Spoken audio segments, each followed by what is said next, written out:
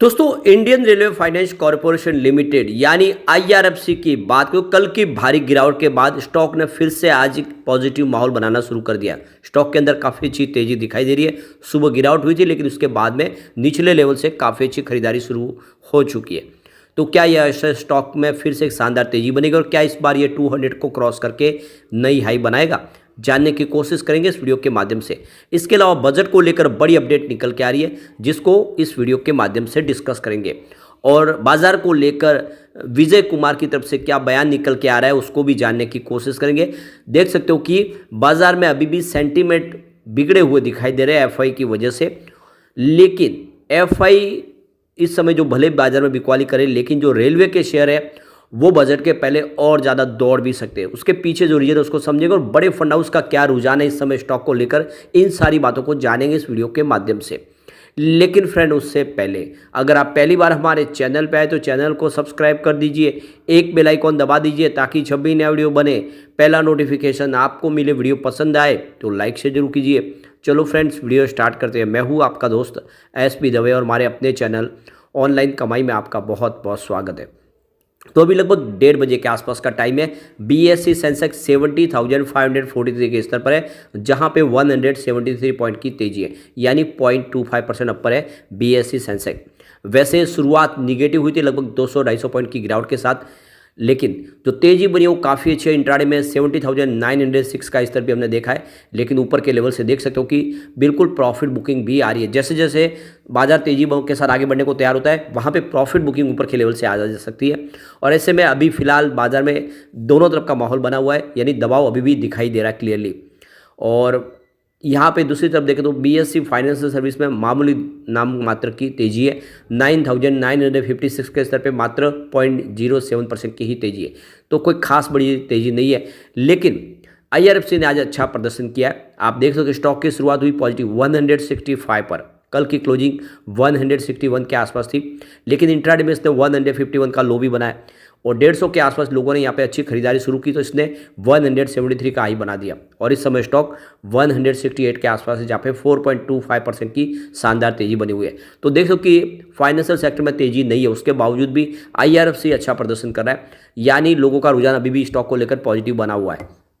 17 जनवरी को इसकी परफॉर्मेंस अगर आप देखें तो स्टॉक 149 के आसपास था, जहाँ पे 5.1% की तेजी बनी।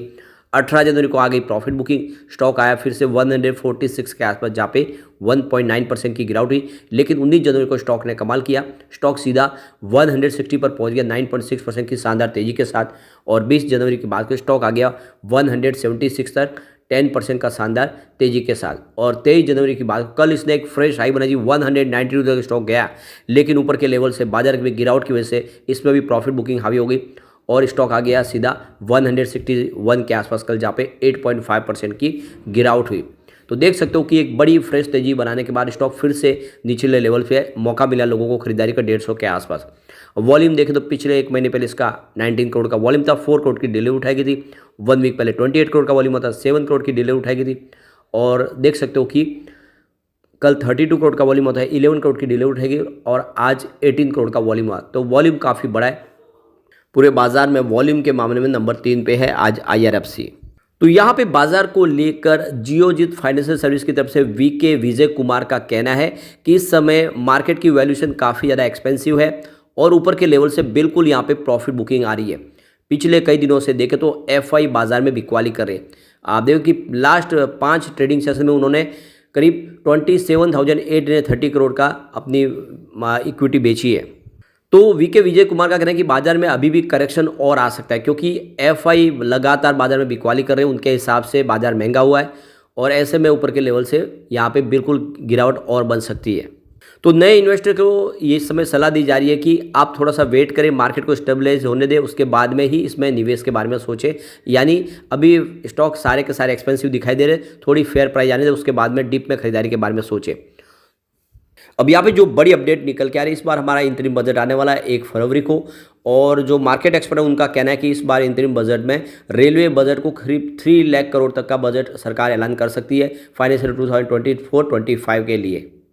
तो मार्केट एक्सपर्ट की राय है कि इस बार भी हमारे फाइनेंस मिनिस्टर इस बार बजट रेलवे का बढ़ा सकते हैं। तो जिस तरह से सरकार लगातार रेलवे इंफ्रा के ऊपर फोकस कर रही है, इस बार बजट बढ़ने की पूरी उम्मीद है और इस बार जो है 2.8 से लेकर 3 लाख करोड़ तक का रेलवे की तरफ से बजट में कैपेक्स का ऐलान किया जा सकता है। तो यहाँ पे प्रभुदास लीलाधर, इकरा रेटिंग एजेंसी और एलेरा कैपिटल बहुत ज़्यादा बुलिश है। उनके हिसाब से इस बार भी बजट में रेलवे के लिए जो कैपेक्स को बढ़ाया जा सकता है। तो रेटिंग एजेंसी इकरा का कहना है कि जो इस बार भी देखें तो बजट बढ़ता हुआ दिखाई देगा। इकरा के हिसाब से 10% ईयर ऑन बेसिस पे ग्रोथ देखने को मिल सकती है इस बार भी। इसके अलावा देखें तो एलेरा कैपिटल के हिसाब से भी इस बार सरकार रेलवे बजट को बढ़ा सकती है। उनके हिसाब से 20% की यहाँ पे वृद्धि देखने को मिल सकती है। तो जो टोटल हमारा बजट है उसमें 60% जो बजट पूरा है वो रोड, रेलवेज और डिफेंस के ऊपर सरकार खर्च कर सकती है इस बार। सरकार से देख सकते कि फ्रेट कॉरिडोर के ऊपर इन्वेस्टमेंट आगे करने जा रही है। बहुत सारे नए फ्रेट कॉरिडोर बना सकते हैं, इलेक्ट्रिफिकेशन करना है रेलवे ट्रैक का, इसके अलावा हाई स्पीड ट्रेन और लानी है। तो कुल मिला के इसके लिए बहुत सारा इन्वेस्टमेंट होने की संभावना बन रही है। इसके अलावा 400 energy efficient Vande Bharat train भी आने वाली है और इसी वजह से देखें तो सरकार काफ़ी बड़ा खर्च करती हुई दिखाई देगी। तो सरकार यहाँ पे इस बार देखें तो जो रेलवे के नई लाइन बिछाने के लिए करीब 35,000 करोड़ का अमाउंट सैंक्शन कर सकती है। इसके अलावा 45,000 करोड़ की रकम है जो रेलवे सेफ्टी फंड के लिए और 10,000 करोड़ की रकम है वो राष्ट्रीय रेल सुरक्षा कोष के लिए दी जा सकती है। फाइनेंशियल 2023 में इन्होंने ऑलरेडी ये फंडेड किया है। तो कुल मिला के इसमें और संभावना पॉजिटिव बनी हुई है। कुल मिला के मार्केट एक्सपर्ट का कहना है कि इस बार बजट और बढ़ता हुआ दिखाई देगा और इसमें रेलवे के जो शेयर है वो तेज़ी से बढ़ते हुए दिखाई देंगे फिर से। यानी बजट के पहले तो तेज़ी बनेगी, उसके बाद में भी तेज़ी की संभावना जारी रह सकती है। अब यहाँ पे देख दो कि आनंद राठी के गणेश डोंगरे का कहना है कि IRFC का स्टॉक इस समय आप देखें तो चार्ट पे थोड़ा सा प्रेशर में दिखाई दे रहा है और आने वाले समय जो उसकी प्राइस है 135 से 140 के आसपास दिखाई दे सकती है और रजिस्टेंस इसका 180 का है। अभी 180 को पार कर लिया तो फिर 200 का टारगेट देखने को मिल सकता है, लेकिन आने वाले समय में काफ़ी समय तक ये 130 से 200 की रेंज में रहता हुआ दिखाई दे सकता है। यानी डिप में अगर आप मिले तो खरीदारी करें 130 के आसपास और 200 के आसपास प्रॉफिट बुक करें, यह गणेश डोंगरे का कहना है। अब चलते हैं कुछ बड़ी डील की तरफ। तो सुबह 9:15 पर 165 की प्राइस से 8,57,000 शेयरों की खरीदारी हुई। फिर उसके बाद उसी समय 9:15 पर 161 की प्राइस से 8,58,000 शेयरों की प्रॉफिट बुकिंग हुई। तो फिर उसी समय 9:15 पर 162 की प्राइस से यहाँ पे 9,32,000 शेयरों की एक बड़ी खरीदारी और हुई। उसके बाद 9:32 पर 166 की प्राइस से 6,15,000 शेयरों की फिर से एक बिकवाली हुई। तो उसके बाद 9:48 पर 170 की प्राइस से 9,66,000 शेयरों की एक प्रॉफिट बुकिंग और हुई। तो उसके बाद 9:51 पर 172 की प्राइस से 6,08,000 शेयरों की बड़ी खरीदारी हुई। तो फिर 12:03 पर 164 की प्राइस से 5,92,000 शेयरों की फिर से बिकवाली हुई। तो ये क्लियरली आप समझ सकते हो कि दोनों तरफ का माहौल बना हुआ है। कुछ फंड हाउस है जिन्होंने निचले लेवल से खरीदारी की वो अपना प्रॉफिट बुक करें क्योंकि उनको लग रहा है कि बाजार में गिरावट हो सकती है, लेकिन कुछ लोग हैं जो गिरावट का फायदा उठा के निचले लेवल से खरीदारी भी करें। यानी अगर हम IRFC की बात करें तो बहुत मजबूत स्टॉक है और जिस तरह से बजट में इस बार काफ़ी बड़ी अनाउंसमेंट हो सकती है, इसका फायदा जरूर होगा, लेकिन बाजार के सेंटीमेंट बिगड़े हुए हैं। अब बाजार गिरेगा तो हर स्टॉक नीचे आएगा और स्पेशली जो ज़्यादा दौड़े तो वो नीचे आएंगे। और इसीलिए आप भी अगर शॉर्ट टर्म इन्वेस्टर और आपको अच्छा प्रॉफिट मिला थोड़ा सा प्रॉफिट बुक कर ले, लेकिन लॉन्ग टर्म इन्वेस्टर तो स्टॉक को न छेड़े, आने वाले समय आपको मालामाल कर देगा। एक बार इसके पिवट लेवल को चेक कर लेते हैं तो यहां से अगर गिरावट होती है तो 149 का पहला सपोर्ट है, ये टूटा तो 136 तक स्टॉक जाएगा। गिरावट और जारी रही तो फिर 115 तक भी जा सकता है। पॉजिटिव माहौल बना तो 183 का फर्स्ट रेजिस्टेंस है, इसको पार किया तो 205 तक स्टॉक जाएगा और एक बार 200 को पार कर गया फिर तीसरा रेजिस्टेंस 217 के आसपास है। तो बिल्कुल लॉन्ग टर्म का नजरिया लेके IRFC में बने रहे, आने वाले समय IRFC आपको मालामाल कर देगा।